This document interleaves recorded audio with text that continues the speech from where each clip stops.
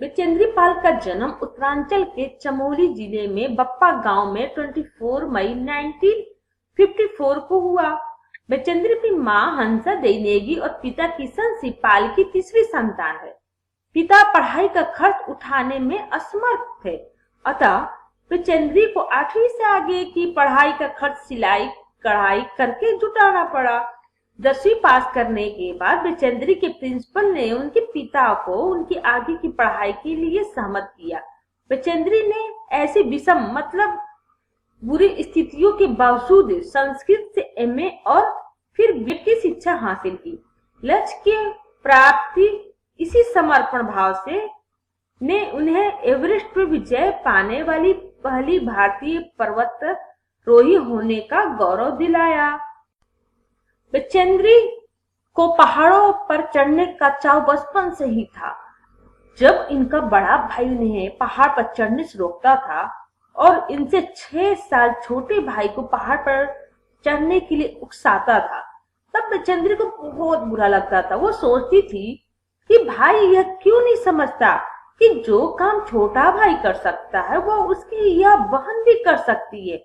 लोग लड़कियों को इतना कोमल नाजुक क्यों समझते हैं। बहरहाल पहाड़ों पर चढ़ने की उनकी इच्छा बचपन में भी पूरी होती रही। चूंकि इनका परिवार साल के कुछ महीने एक ऊंचाई वाले गांव में बिताता था और कुछ महीने पहाड़ से नीचे तराई में बसे एक और गांव में। जिस मौसम में परिवार नीचे तराई वाले गांव में आ जाता था, उन महीनों में स्कूल जाने के लिए बचेंद्री को भी 5-6 मील पहाड़ की चढ़ाई चढ़नी उतरनी पड़ती थी। इधर बचेंद्री की पढ़ाई पूरी हुई, उधर इंडियन माउंटेन फाउंडेशन ने एवरेस्ट अभियान पर जाने का साहस रखने वाली महिलाओं की खोज शुरू की। बचेंद्री इस अभियान दल में शामिल हो गई। ट्रेनिंग के दौरान बचेंद्री 7,500 मीटर ऊंची मान चोटी पर सफलतापूर्वक चढ़ी। कई महीनों के अभ्यास के बाद आखिर वो दिन आ ही गया जब उन्होंने एवरेस्ट विजय के लिए प्रयाग किया। बचेंद्री ने एवरेस्ट विजय की अपनी रोमांचक पर्वतारोहण यात्रा का संपूर्ण विवरण स्वयं ही कमलबद्ध किया है। प्रस्तुत अंश उसी विवरण में से लिया गया है। यह लोमहर्षक अंश बचेंद्री के इस अंतिम पड़ाव से शिखर तक पहुंचकर तिरंगा लहराने के पल पल का ब्यौरा बयान करता है। इसे पढ़ते हुए ऐसा लगता है मानो पाठक भी उनके कदम से कदम मिलाता हुआ सभी खतरों को खुद झेलता हुआ एवरेस्ट के शिखर पर जा रहा है। एवरेस्ट अभियान दल 7 मार्च को दिल्ली से काठमांडू के लिए हवाई जहाज से चल दिया। एक मजबूत अग्रिम दल बहुत पहले ही चला गया था, जिससे कि वो हमारे बेस कैंप पहुंचने से पहले दुर्गम हिमपात के रास्ते को साफ कर सके। नमचे बाजार शेरपालैंड का एक सर्वाधिक महत्वपूर्ण नगरीय क्षेत्र है। अधिकांश शेरपा इसी स्थान तथा यही के आसपास के गांवों के होते हैं। यह नमचे बाजार ही था जहां से मैंने सर्वप्रथम एवरेस्ट को निहारा, जो नेपालियों में सागर माथा के नाम से प्रसिद्ध है। मुझे यह नाम अच्छा लगा। एवरेस्ट की तरफ गौर से देखते हुए मैंने एक भारी बर्फ का बड़ा फूल देखा, जो पर्वत शिखर पर लहराता एक ध्वज सा लग रहा था। मुझे बताया गया कि यह दृश्य शिखर की ऊपरी सतह के आसपास 150 किलोमीटर अथवा इससे भी अधिक की गति से हवा चलने के कारण बनता था, क्योंकि तेज हवा से सूखा बर्फ पर्वत पर उड़ता रहता था।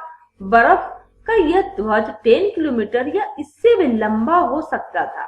शिखर पर जाने वाले प्रत्येक व्यक्ति को दक्षिण पूर्वी पहाड़ी पर इन तूफानों को झेलना पड़ता था, विशेषकर खराब मौसम में। यह मुझे डराने के लिए काफी था। फिर भी मैं एवरेस्ट के प्रति विचित्र रूप से आकर्षित थी और इसकी कठिनतम चुनौतियों का सामना करना चाहती। जब हम 26 मार्च को पेरिस पहुंचे, हमें हिम संकलन के कारण हुई एक शेरपा कुली की मृत्यु का दुखद समाचार मिला। खुम्बू हिमपात पर जाने वाले अभियान दल के रास्ते के बाईं तरफ सीधी पहाड़ी के धसकने से ललहोत्से की ओर से एक बहुत बड़ी बर्फ की चट्टान नीचे खिसक आई थी। 16 शेरपा कुलियों के दल में से एक की मृत्यु हो गई और 4 घायल हो गए थे। इस समाचार के कारण अभियान दल के सदस्यों के चेहरों पर छाए अवसाद को देखकर हमारे नेता कर्नल खुल्लर ने स्पष्ट किया कि एवरेस्ट जैसे महान अभियान में खतरों को और कभी कभी तो मृत्यु भी आदमी के सहज भाव से स्वीकार करनी चाहिए। उप नेता प्रेमचंद्र, जो अग्रिम दल के नेतृत्व कर रहे थे, 26 मार्च को पेरिस लौट आए। उन्होंने हमारी पहली बड़ी बाधा खुम्बू हिमपात की स्थिति से हमें अवगत कराया। उन्होंने कहा कि उनके दल ने कैंप एक 6000 मीटर जो हिमपात के ठीक ऊपर है वहां तक का रास्ता साफ कर दिया है। उन्होंने ये भी बताया कि पुल बनाकर रस्सियां बांधकर तथा झंडियों से रास्ता चिन्हित कर सभी बड़ी कठिनाइयों का जायजा ले लिया गया है। उन्होंने इस पर भी ध्यान दिलाया कि ग्लेशियर बर्फ की नदी है और बर्फ का गिरना भी जारी है। हिमपात में अनियमित और अनिश्चित बदलाव के कारण अभी तक के किए गए सभी कार्य व्यर्थ हो सकते हैं और हमें रास्ता खोलने का काम दोबारा करना पड़ सकता है। बेस कैंप में पहुंचने से पहले हमें एक और मृत्यु की खबर मिली। जलवायु अनुकूल न होने के कारण एक रसोई सहायक की मृत्यु हो गई थी। निश्चित रूप से हम आशाजनक स्थिति में नहीं चल रहे थे। एवरेस्ट शिखर को मैंने पहले 2 बार देखा था, लेकिन एक दूरी से।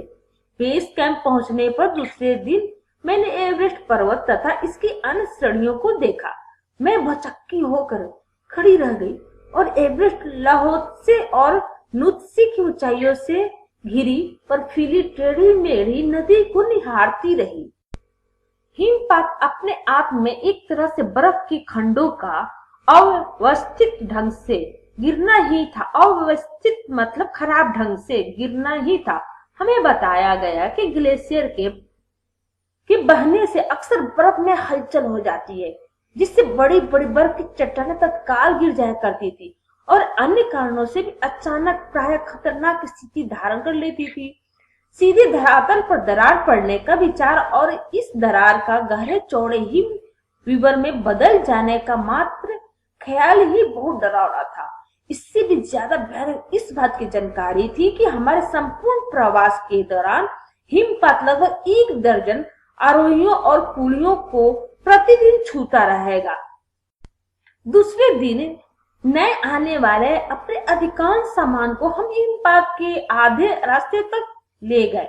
डॉक्टर मीनू मेहता ने हमें एल्युमिनियम की सीढ़ियों से अस्थायी पुलों का बनाना, लट्ठों और रस्सियों का उपयोग, बर्फ की आड़ी तिरछी दीवारों पर रस्सियों को बांधना और हमारे अग्रिम दल के अभियांत्रिकों कार्यों के बारे में हमें विस्तृत जानकारी दी। तीसरा दिन हिमपात से कैंप 1 तक का सामान ढोकर चढ़ाई का अभ्यास करने के लिए निश्चित था। रीता, गोबू तथा मैं साथ साथ चढ़ रहे थे। हमारे पास एक वॉकी टॉकी था जिससे हम अपने हर कदम की जानकारी बेस कैंप पर दे रहे थे।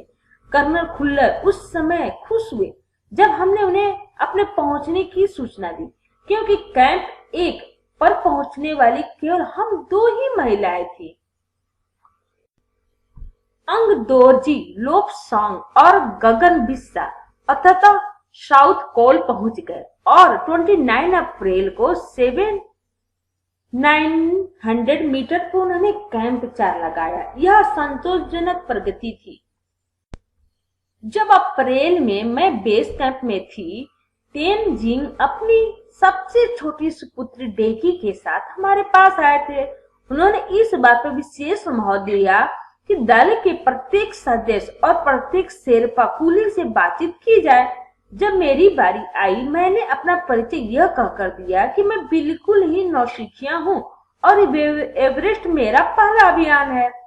तेनजिंग हंसे और मुझसे कहा कि एवरेस्ट उनके लिए भी पहला अभियान है, लेकिन यह भी स्पष्ट किया कि शिखर पर पहुंचने से पहले उन्हें 7 बार एवरेस्ट पर जाना पड़ा था। फिर अपना हाथ मेरे कंधे पर रखते हुए उन्होंने कहा, तुम एक पक्की पर्वतीय लड़की लगती हो, तुम्हें तो शिखर पर पहले ही प्रयास में पहुंच जाना चाहिए। 15-16 मई 1984 को बुद्ध पूर्णिमा के दिन मैं लोहोत्से की बर्फीली सीधी ढलान पर लगाए गए सुंदर रंगीन नायलॉन के बने तंबू के कैंप 3 में थी। कैंप में 10 और व्यक्ति थे। लोबसोंग तसारिंग मेरे तंबू में थे। एनडी शेरपा तथा और 8 अन्य शरीर से मजबूत और ऊंचाइयों में रहने वाले शेरपा दूसरे तंबुओं में थे।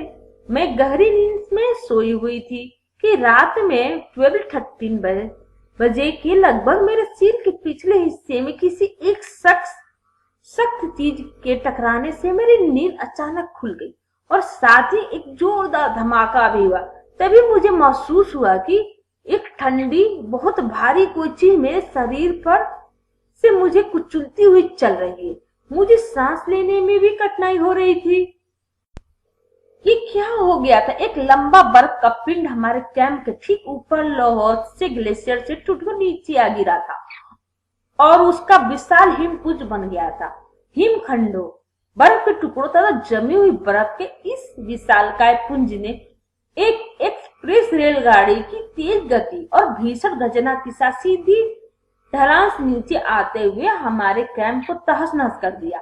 वास्तव में हर व्यक्ति को चोट लगी थी। यह एक आश्चर्य था कि किसी की मृत्यु नहीं हुई थी। लोबसोंग अपनी स्विस छुरी की मदद से हमारे तंबू का रास्ता साफ करने में सफल हो गए थे और तुरंत ही अत्यंत तेजी से मुझे बचाने की कोशिश में लग गए।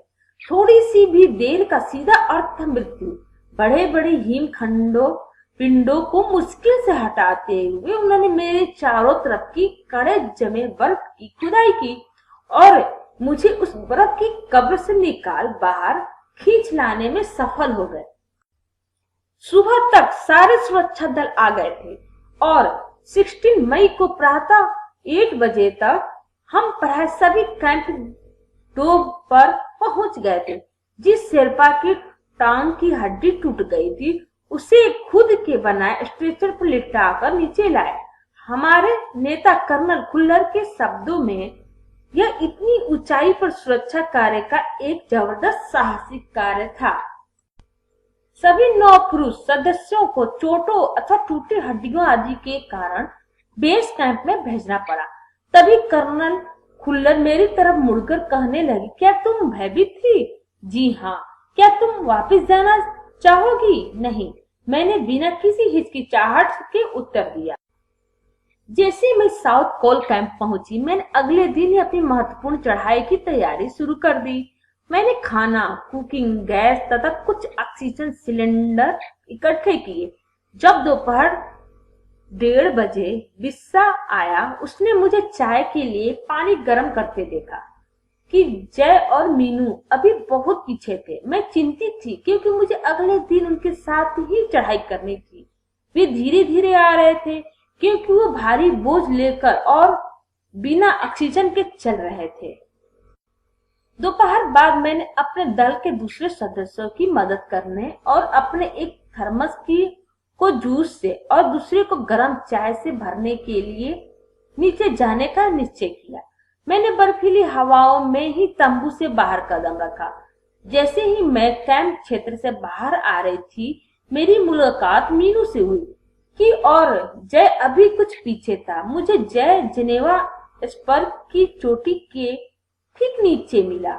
उसने कृतज्ञता पूर्वक चाय वगैरह पी ली, लेकिन मुझे और आगे जाने से रोकने की कोशिश की, मगर मुझे की भी मिलना था। थोड़ा सा और आगे नीचे उतरने पर मैंने की को देखा। वो मुझे देखकर हक्का बक्का रह गया। तुमने इतनी बड़ी जोखिम क्यों ली बेचेंद्री? मैंने उसे दृढ़ता पूर्वक कहा। मैं भी औरों की तरह एक पर्वतारोही हूँ, इसलिए इस दल में आई हूँ। शारीरिक रूप से मैं ठीक हूँ, इसलिए मुझे अपने दल के सदस्यों की मदद क्यों नहीं करनी चाहिए? की हंसा और उसने पेय पदार्थ से प्यास बुझाई, लेकिन उसने मुझे अपना किट ले जाने नहीं दिया। थोड़ी देर बाद साउथ कोल कैंप से लाहाटू और बिस्सा हमें मिलने नीचे उतर आए और हम सब साउथ पोल पर जैसे भी सुरक्षा और आराम की जगह उपलब्ध थी उस पर लौट आए। साउथ पोल पृथ्वी पर बहुत अधिक कठोर जगह के नाम से प्रसिद्ध है। अगले दिन मैं सुबह 4 बजे उठ गई, बर्फ पिघलाया और चाय बनाई। कुछ बिस्किट और आधी चॉकलेट का हल्का नाश्ता करने के बाद मैं लगभग 5:30 बजे अपने तंबू से निकल पड़ी। अंग दोरजी बाहर खड़ा था और कोई आसपास नहीं था। अंग दोरजी बिना ऑक्सीजन के ही चढ़ाई करने वाला था, लेकिन इसके कारण उसके पैर ठंडे पड़ जाते थे, इसलिए वो ऊंचाई पर लंबे समय तक खुले में और रात्रि में शिखर कैंप पर नहीं जाना चाहता था। इसलिए उसे या तो उसी दिन चोटी तक चढ़कर साउथ पोल पर वापस आ जाना था अथवा अपने प्रयास को छोड़ देना था। वो तुरंत ही चढ़ाई शुरू करना चाहता था और उसने मुझसे पूछा क्या मैं उसके साथ जाना चाहूंगी। एक ही दिन में साउथ पोल से चोटी तक जाना और वापस आना बहुत कठिन और श्रम साध्य होगा। इसके अलावा यदि अंग दोरजी के पैर ठंडे पड़ गए तो उसके लौटकर आने का भी जोखिम था। मुझे फिर भी अंग दोरजी पर विश्वास था और साथ साथ मैं आरोहण की क्षमता और कर्मठता के बारे में भी आश्वस्त थी। अन्य कोई भी व्यक्ति इस समय साथ चलने के लिए तैयार नहीं था। सुबह 6:20 पर जब अंग दोरजी और मैं साउथ पोल से बाहर आ निकले तो दिन ऊपर चढ़ आया था। हल्की हल्की हवा चल रही थी, लेकिन ठंड भी बहुत अधिक थी। मैं अपने आरोही उपस्कर में काफी सुरक्षित और गर्म थी। हमने बगैर रस्सी के ही चढ़ाई की। अंग दोरजी एक निश्चित गति से ऊपर चढ़ते गए और मुझे भी उनके साथ चलने में कोई कठिनाई नहीं हुई। और जमे हुए बर्फ की सीधी वो ढलाऊ चट्टानें इतनी सख्त और भुरभुरी थी मानो शीशे की चादर बिछी हो। हमें बर्फ काटने के फावड़े का इस्तेमाल करना ही पड़ा और मुझे इतनी सख्ती से फावड़ा चलाना पड़ा जिससे कि उस जमे हुए बर्फ की धरती को फावड़े के दांत काट सके। मैंने उन खतरनाक स्थलों पर हर कदम अच्छी तरह सोच समझकर उठाया। 2 घंटे से कम समय में ही हम शिखर कैंप पर पहुंच गए। अंग दोरजी ने पीछे मुड़कर देखा और मुझसे कहा कि क्या मैं थक गई हूँ। मैंने जवाब दिया नहीं, जिसे सुनकर वे बहुत अधिक आश्चर्यचकित और आनंदित हुए। उन्होंने कहा कि पहले वाले दल ने शिखर कैंप पर पहुंचने में 4 घंटे लगाए थे और यदि हम इसी गति से चलते रहे तो हम शिखर पर दोपहर 1 बजे तक पहुंच जाएंगे। लहाटू हमारे पीछे पीछे आ रहा था और जब हम दक्षिणी शिखर के नीचे आराम कर रहे थे वो हमारे पास पहुंच गया। थोड़ी थोड़ी चाय पीने के बाद हमने फिर चढ़ाई शुरू की। लहाटू एक नायलॉन की रस्सी लाया था, इसलिए अंग दोरजी और मैं रस्सी के सहारे चढ़े, जबकि लहाटू एक हाथ से रस्सी पकड़े हुए बीच में चल रहा। उसने रस्सी अपनी सुरक्षा की बजाय हमारे संतुलन के लिए पकड़ी हुई थी।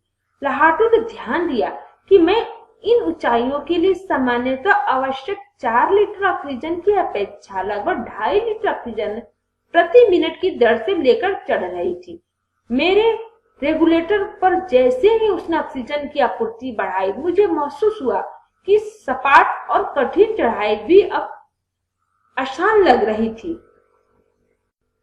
दक्षिण शिखर के ऊपर हवा की गति बढ़ गई थी। उस ऊंचाई पर तेज हवा के झोंके भूरे बर्फ के कणों को चारों तरफ उड़ा रहे थे, जिससे दृश्यता शून्य तक आ गई थी। अनेक बार देखा कि केवल थोड़ी दूर के बाद कोई ऊंची चढ़ाई नहीं है, ढलान एकदम सीधा नीचे चला गया है। मेरी सांस मानो रुक गई थी। मुझे विचार पहुंचा कि सफलता बहुत नजदीक है। 23 मई 1984 के दिन दोपहर के 1:07 पर मैं एवरेस्ट की चोटी पर खड़ी थी। एवरेस्ट की चोटी पर पहुंचने वाली मैं प्रथम भारतीय महिला थी। एवरेस्ट शंकु की चोटी पर इतनी जगह नहीं थी कि 2 व्यक्ति साथ साथ खड़े हो सके। चारों तरफ हजारों मीटर लंबी सीधी ढलान को देखते हुए हमारे सामने प्रश्न सुरक्षा का था। हमने पहले बर्फ के फावड़े से बर्फ की खुदाई कर अपने आप को सुरक्षित रूप से स्थिर किया। इसके बाद मैं अपने घुटनों के बल बैठी। बर्फ पर अपने माथे को लगाकर मैंने सागर माथे की ताज का चुम्बन लिया। बिना उठे ही मैंने अपने थैले से दुर्गा माँ का चित्र और हनुमान चालीसा निकाला। मैंने इनको अपने साथ लाल लाल कपड़े में लपेटा, छोटी सी पूजा अर्चना की और इनको बर्फ में दबा दिया। आनंद के इस क्षण में मुझे अपने माता पिता का ध्यान आया। जैसे मैं उठी, मैंने अपने हाथ जोड़े और मैं अपने रज्जू नेता दल के नेता अंगदोर्जी के प्रति आदर भाव से झुकी। अंगदोर्जी ने जिन्होंने मुझे प्रोत्साहित किया और मुझे लक्ष्य तक पहुंचाया, मैंने उन्हें बिना ऑक्सीजन के एवरेस्ट की दूसरी चढ़ाई चढ़ने पर बधाई भी दी।